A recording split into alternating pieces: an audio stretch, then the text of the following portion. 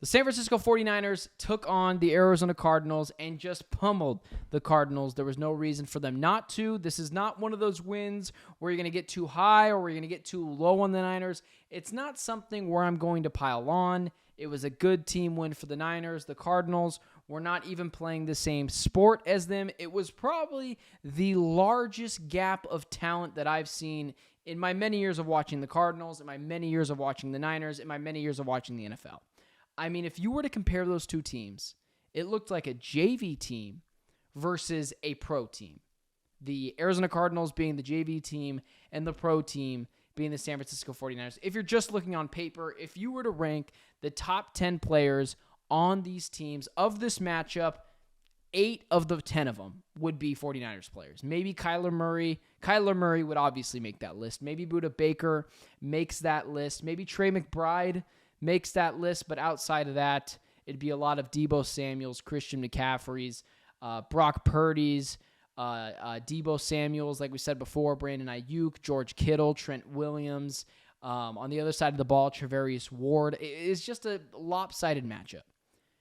And then we get more into the weeds of things and then talking about awards, the stupidest, most vanity thing about sports, awards, because ultimately we don't actually care how many MVPs you have unless, of course, you're Cam Newton or Russell Westbrook and we try to grandfather you into some of the best players of their generation, which, of course, is just not true because then you'll remind people that Matt Ryan also won an MVP and they take him out of the elite class. It never makes sense to me. There's never tangible evidence of what exactly an MVP makes you.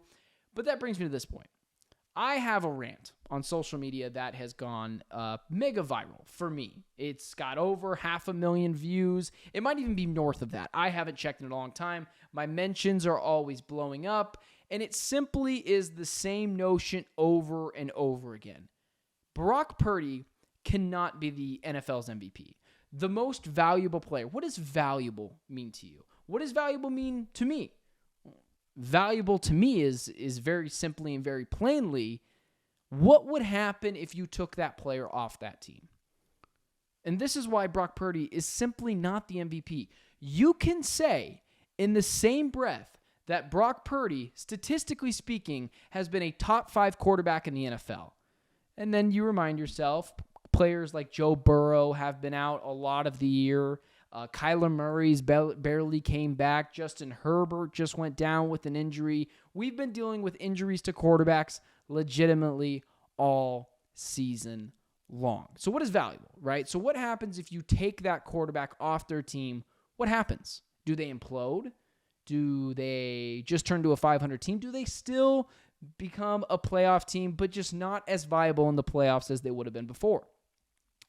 And this is where my argument has been with Brock Purdy. And people, just dumb fanboys in my mentions, just saying dumb things like, you must have never played the sport.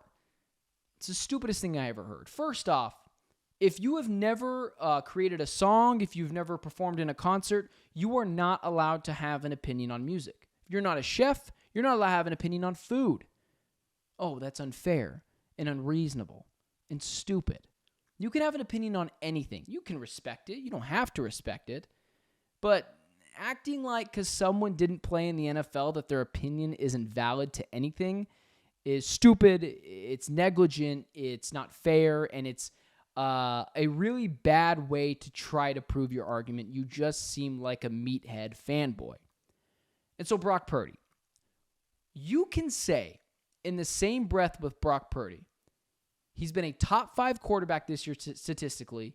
He's easily a top 10 quarterback in the NFL right now. It's pretty hard for anyone to try to dispute that with the season that he's had.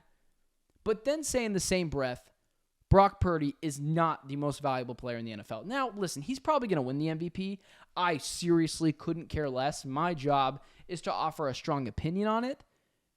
And so when you look at that team, what happened to Brock Purdy this year when Deebo Samuel went down, when Trent Williams went down, and he only had Christian McCaffrey and Brandon Ayuk and Kyle Shanahan to help guide him? They went 0-3. They lost to P.J. Walker, they lost to Kirk Cousins, and they lost to Joe Burrow. A valiant loss to Joe Burrow, but Joe Burrow at home, they lost. So what's valuable? You're going to tell me, and fanboys, 49ers fans will go, oh, you take Tyreek Hill off of Patrick Mahomes. What is he? Oh, an MVP Super Bowl champion.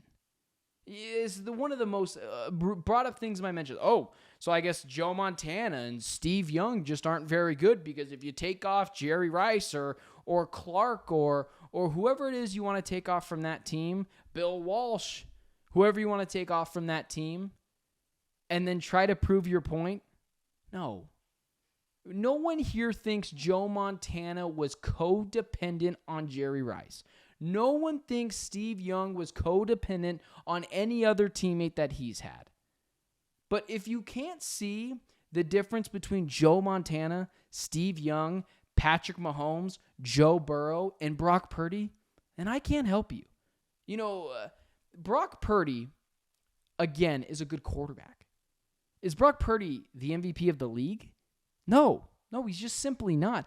I don't know how you can watch some of the throws from the game against the Cardinals on Sunday and say to yourself, Brock Purdy's the MVP. I mean, these are MVP caliber throws. He is throwing to wide open players. Not his fault, but it's going to work against him in the MVP argument. Because when I look at players like Josh Allen, who I understand didn't have a great Sunday this past Sunday, didn't necessarily have a bad Sunday, but didn't necessarily have a good Sunday, and I think, what is he working with? Oh, he's going to get into the playoffs with just Stephon Diggs? Then, yeah, I'm going to hold more merit to the argument for Josh Allen than I am for Brock Purdy. Or I look at Patrick Mahomes, and I think, Kadarius Toney, if he just doesn't play in a few games, he is legitimately costing the Chiefs games. If he doesn't play in 2 or 3 games this year where he legitimately cost the Chiefs multiple games, the Chiefs' record is completely different. The Chiefs lead the NFL in drops. And somehow, some way, Patrick Mahomes is leading them to a 9-5, 10-5 record. I mean, it's insane. It is insane to me how people can look at Patrick Mahomes' body of work and look at the body of work of Brock Purdy and say, well, Brock Purdy's amazing. There's no way, shape, or form in which Brock Purdy isn't more valuable than Patrick Mahomes. I mean, of course he is. I mean, look at what he's doing this year. We saw what the Niners looked like without Brock Purdy.